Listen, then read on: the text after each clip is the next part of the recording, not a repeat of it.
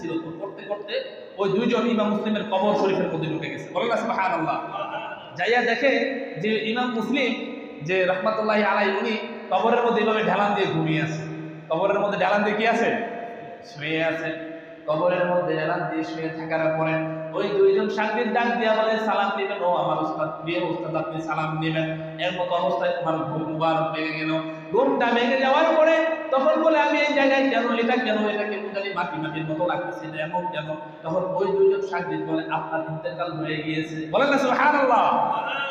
ওই সাংবাদিক কি বলতেছে? ইমাম মুসলিমের ইন্তেকাল হয়েছে, ইমাম মুসলিম এটাও জানেন।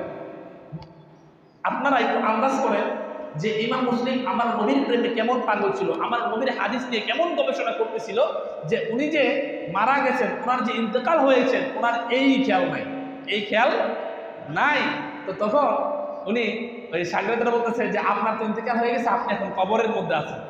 এখন উনি বলে যে আমার ইন্তেকাল হইল কখন? আমার তো মনে হয় আমি হাদিস বার করতে আমার কাছে এমন মনে হয়েছে যে আমার একটু ঘুম ধরছে, আমার চোখের মধ্যে ঘুম ঘুম ভাব আসছে, আমি অবস্থায় হেলান দিয়ে ঘুমিয়ে গেছি।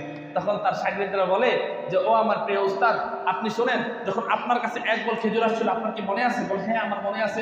বলে, আপনি যখন একজনকে, এমন লোকজনদেরকে আপনি হাদিস বের করে দিচ্ছেন, যার যেইভাবে প্রয়োজন সেইভাবে বের করে দিচ্ছেন, এবং কি আপনি খেজুর খাইতে আসেন, এমন অবস্থা আপনার খেজুর খাওয়ার দিকে খেয়াল ছিল না, আপনার শুধু নবীর হাদিসের দিকে খেয়াল ছিল, আপনার শুধু নবীর ভালোবাসার দিকে খেয়াল ছিল। তখন আপনি এভাবে খেজুর খাইতে আপনার গলা পর্যন্ত খেজুর আটকে গিয়েছিল।